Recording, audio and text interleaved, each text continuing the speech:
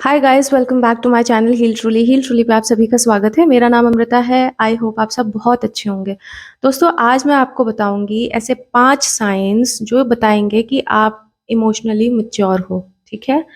और दूसरी चीज़ ये है कि ये रेयर साइंस है, ये कॉमन साइंस नहीं है। ठीक है, ये कुछ परसेंटेज ऑफ पीपल में ये मिलते हैं। ठीक है, और ऐसा नहीं है कि अगर आप में है तो बहुत अच्छी बात है, लेकिन अगर नहीं है तो आप इसे डेवलप भी कर सकते हो। ठीक है, तो आइए सब समझते हैं। सबसे पहला साइन है कि आप जब डिस्कम्फर्ट में भी स्टेबल रह पाते हो।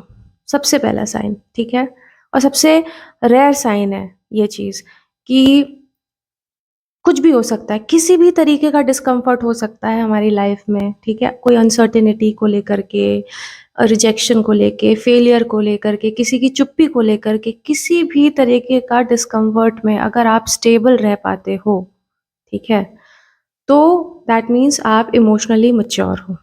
ठीक है, अब इसके पीछे एक चीज़ मैं आपको बताती हूँ। साइकोलॉजी में हम इसको बोलते हैं क्या कहते हैं इसको, डिस्ट्रेस टॉलरेंस। ठीक है, ये डीबीटी का एक कंसेप्ट है। ठीक है, इसमें क्या है कि ये चीज़ बताता है कि कुछ लोग जो देखो इमेच्योर लोग जो होते हैं ना, इमोशनली इमेच्योर लोग होते हैं, जब कभी भी किसी भी तरीके का डिस्कम्फर्ट आता है हमारे पास, तो यूजुअली क्या करते हैं? ठीक है, क्या करते हैं हम? डिस्ट्रैक्शंस में जाते हैं। अब वो सही भी हो सकता है, गलत भी हो सकता है। ठीक है, और मतलब फेस नहीं करना चाहते उस तरीके की फीलिंग से, हम भागते हैं।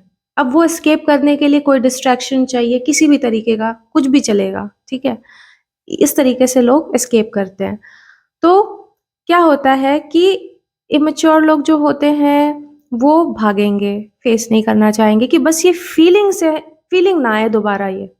ठीक है, और जो लोग मैच्योर लोग होते हैं वो उस चीज़ को डिस्ट्रेस में भी उसको देखते हैं, समझते हैं और स्टेबल रहते हैं। अब यहाँ एक चीज़ समझने वाली है। अब आप लोग सोचोगे यार स्टेबल कैसे रहते हैं? स्टेबल रहने के लिए डिफरेंट डिफरेंट चीज़ें रोल प्ले करती हैं, जैसे कि आपका एटीट्यूड, आपका माइंडसेट। ठीक है, ये सारी चीज़ें बहुत हद तक एक रोल प्ले करती है कि आप स्टेबल रहो, और यही चीज़ एक दूसरे को डिफरेंशिएट भी करती हैं कि कोई कौन इंसान मैच्योर है, कौन सा इंसान मैच्योर नहीं है। ठीक है, आप किस तरीके से यूज़ करते हो ये डिपेंड करता है। ठीक है, तो हमने आज ये जाना सबसे पहले साइन में कि डिस्कम्फर्ट में स्टेबल रहना। ठीक है, ये एक इमोशनल मैच्योरिटी का साइन है। ठीक है, दूसरी चीज़ क्या है? जब आप अपनी फीलिंग्स किसी पर प्रोजेक्ट नहीं करते। ठीक है, इसका मतलब क्या हुआ? इसका मतलब ये हुआ, सपोज कीजिए कि आप बहुत ही हर्ट हो अंदर से, आपको बहुत ही गुस्सा आ रहा है। आप इनसिक्योर हो, किसी भी बात से, किसी भी चीज़ को लेकर के, ये चीज़ें हैं आप में। अब आपने ये बिना सोचे समझे जो भी आ रहा है, जो भी मिल रहा है, आपने सामने वाले पे डाल दिया, तो अच्छे से सुना दिया दूसरों को। ठीक है, तो होता क्या है, या आपने अपनी चीज़ें प्रोजेक्ट कर दी। अब इमोशनली जो मैच्योर बंदा होगा, वो एक बार रुकेगा, ठहरेगा, देखेगा कि एक्चुअली में सामने वाले की कोई गलती थी, सामने वाले का कितना रोल है, क्या मैं उस पे अपनी फीलिंग्स तो नहीं थोप रहा हूँ।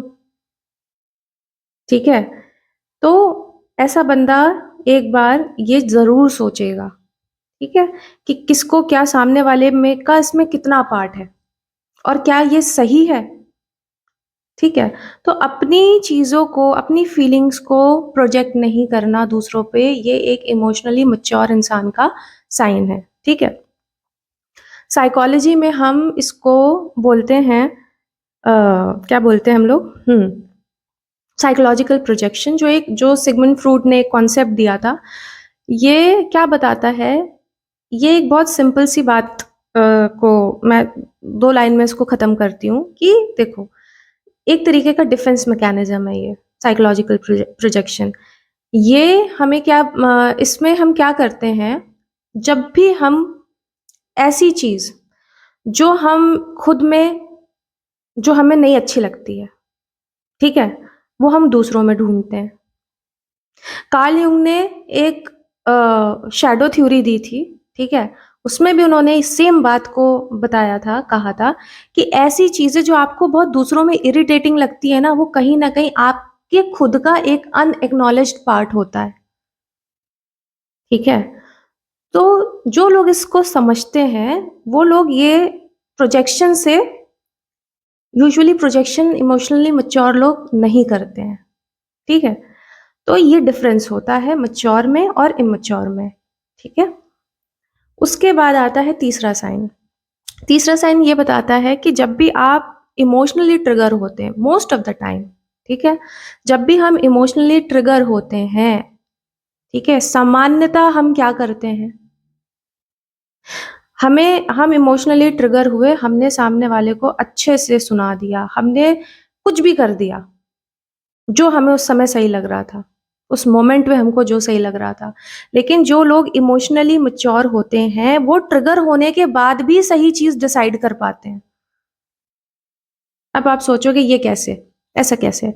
क्या है इसके पीछे की साइंस? मैं आपको बताती हूँ, ठीक है? एक आपने इसके पीछे का पहले तो आपको एक साइकोलॉजिकल रीज़न बताती हूँ। एमिगडाला हाइजैक, ठीक है?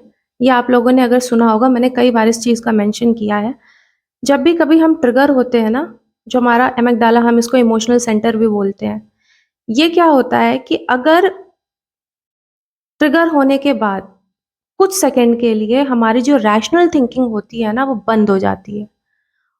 ठीक है? तो मोस्ट ऑफ द टाइम आप जो लोगों को तुरंत जब भी ट्रिगर होते हैं, उनका जो रिएक्शन आपको मिलता है ना, वो यही होता है कि आया और दे दिया। उसमें हमारी थिंकिंग नहीं होती है। लॉजिकल थिंकिंग उस समय बंद हो जाती है कुछ सेकंड के लिए, और हमारा वैसा रिएक्शन आता है। और जो लोग इमोशनली मैच्योर होते हैं, वो उसी मोमेंट पे जब भी उनको कोई इमोशनल ट्रिगर आता है, होता है, वो उस चीज़ पे रुक जाते हैं, पॉज़ ले लेते हैं और फिर रिएक्ट करते हैं। तो वो क्या करते हैं? पॉज़ करते हैं, रिफ्लेक्ट करते हैं, फिर रिएक्ट करते हैं। यही डिफरेंस होता है इमोशनली मैच्योर इंसान में और इमैच्योर इंसान में। और मैं एक चीज़ बता दूँ आपको, ये एक लर्निंग स्किल है, ठीक है? इस स्किल पे कुछ लोग होते हैं जो, अब अगर आप में है तो ये ठीक है, नेचुरली ये बहुत अच्छी बात है, लेकिन नहीं, अगर नहीं है तो आप इसे डेवलप कर सकते हो, आप इसे सीख सकते हो। सबसे अच्छी बात ये है, ठीक है? तो ये होता है इमोशनल मैच्योरिटी का साइन, और ये सारी चीज़ें आपको बेनिफिट देंगी, ठीक है? आपकी चीज़ें आपको अच्छी स्ट्रॉन्गर रिलेशनशिप में, प्रोफ़ेशनली आप बहुत अच्छा करोगे, ठीक है? और पर्सनल लाइफ़ में, प्रोफ़ेशनल लाइफ़ में, दोनों ही चीज़ों में ये आपको हेल्प करेगा, ठीक है? तो आप इसको सीख भी सकते हो, ठीक? चौथी चीज़ क्या है?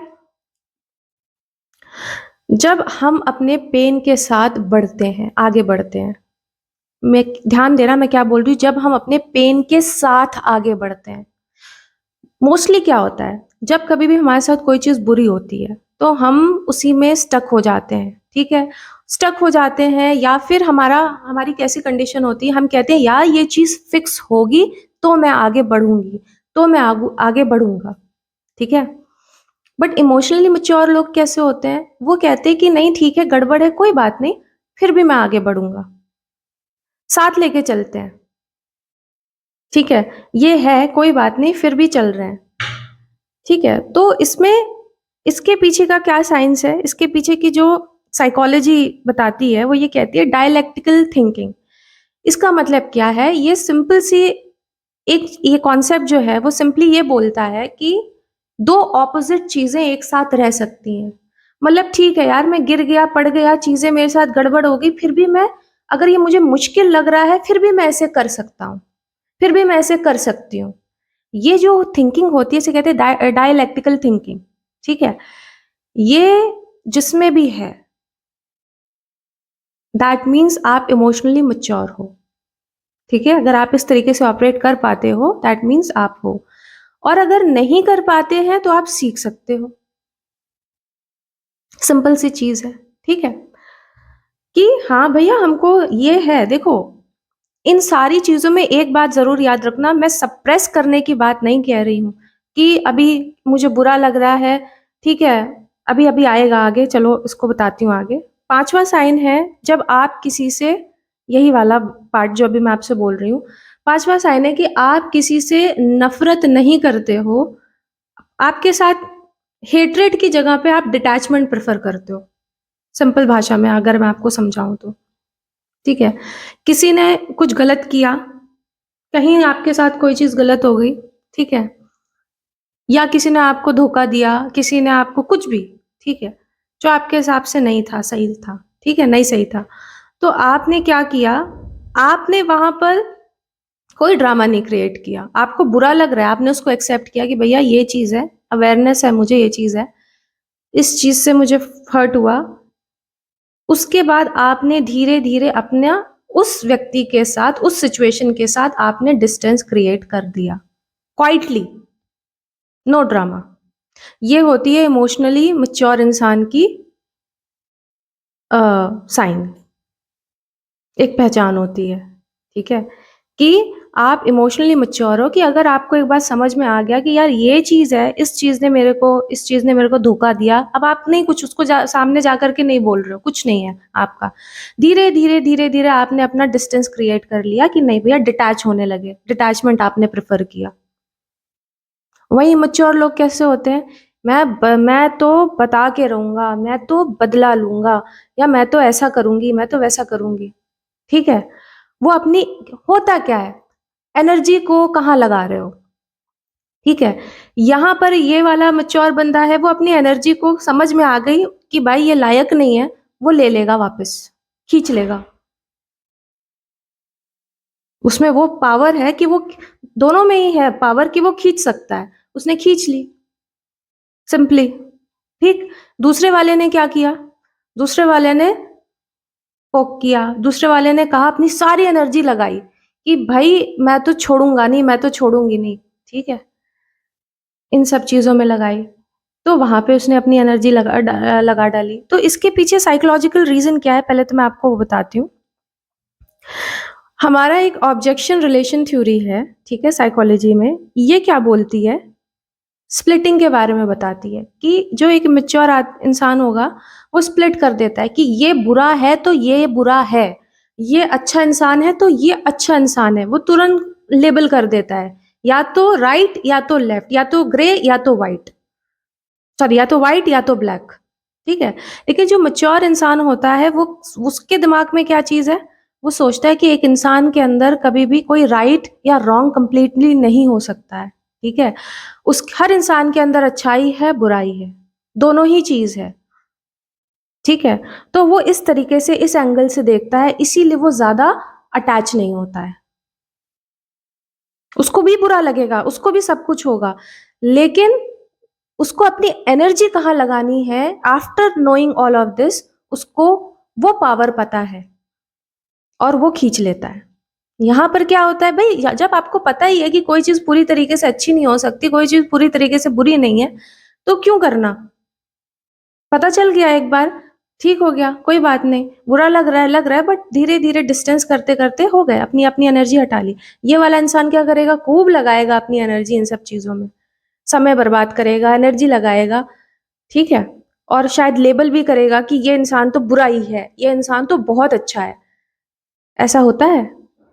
नहीं होता। हम सब अच्छे भी हैं, बुरे भी हैं, ठीक है? तो अच्छाई भी है हमारे अंदर, बुराई भी है, ठीक है? तो आज ये सारी चीज़ें हमने इमोशनल मैच्योरिटी के बारे में आज समझी। अगर आप ये सारी चीज़ें अपने अंदर, ये इस तरीके की सोच, इस तरीके की समझ को अगर आप अपने अंदर निखार पाते हैं, इन पे काम कर पाते हैं, तो डेफ़िनेटली आप अपने लाइफ़ में अच्छा ही करेंगे, ठीक है? इसमें कोई दो राय नहीं है।